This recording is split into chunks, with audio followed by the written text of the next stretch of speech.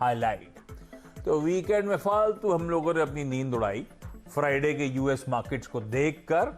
हालांकि शुरुआत बहुत कमजोर, 180 अंकों का दबाव था निफ्टी के डेक्स के लोस पर, और कहां 180 अंकों का दबाव और कहां इस समय निफ्टी 4 अंकों की मजबूती के साथ खड़ा हुआ है। यानी कि सारे लॉसेस की भरपाई स्क्रीन्स पर होती हुई आपको नजर आएगी। निफ्टी बैंक जो कि एक समय 620 अंक नीचे था, अब 70 अंक मजबूत, यानी कि दिन के लोस से बढ़िया 700 पॉइंट्स की recovery.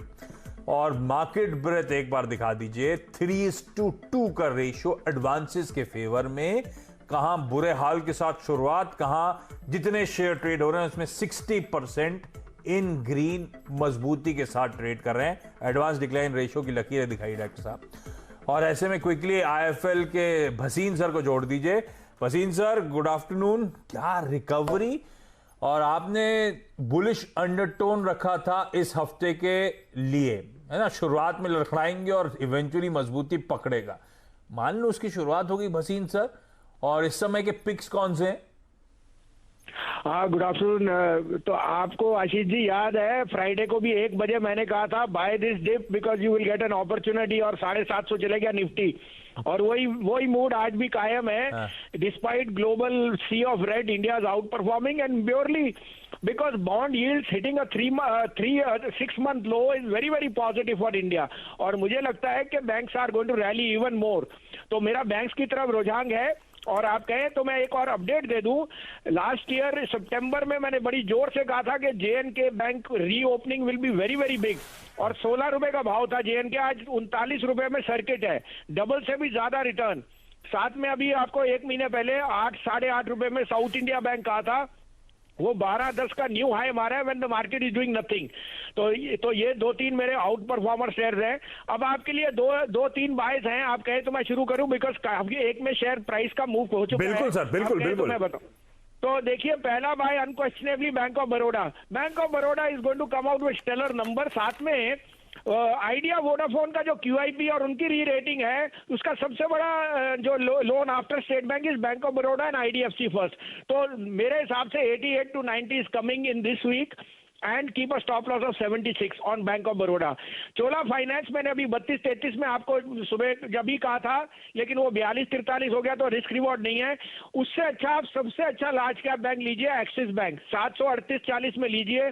Keep a stop loss of 725. Axis is headed to 775 to 780।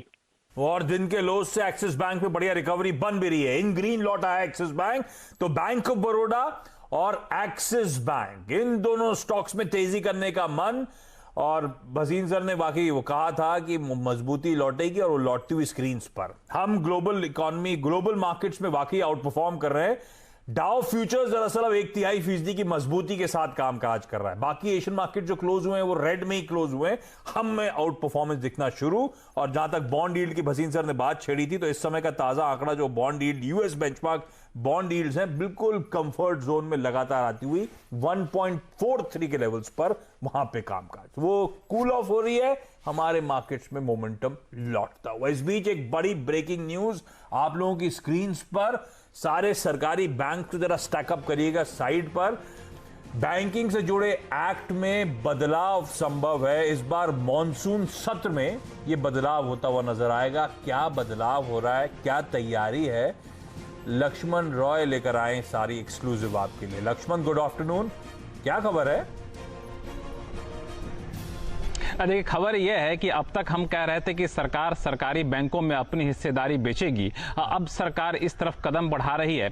सूत्र मुझे ये बता रहे हैं कि जो संसद का मॉनसून सत्र अगले महीने से शुरू होने वाला है, उस सत्र में सरकार बैंक से जुड़े हुए 2 कानून में बदलाव कर सकती है, ताकि बैंकों का प्राइवेटाइजेशन, सरकार की हिस्सेदारी आसानी से बेची जा सके। ये जो 2 कानून हैं वो है बैंकिंग रेगुलेशन एक्ट, और दूसरा कानून है बैंकिंग लॉज अमेंडमेंट एक्ट। इसके जरूरी प्रावधानों में बदलाव किया जाएगा ताकि सरकार की हिस्सेदारी 51% से कम करने का कानूनी रास्ता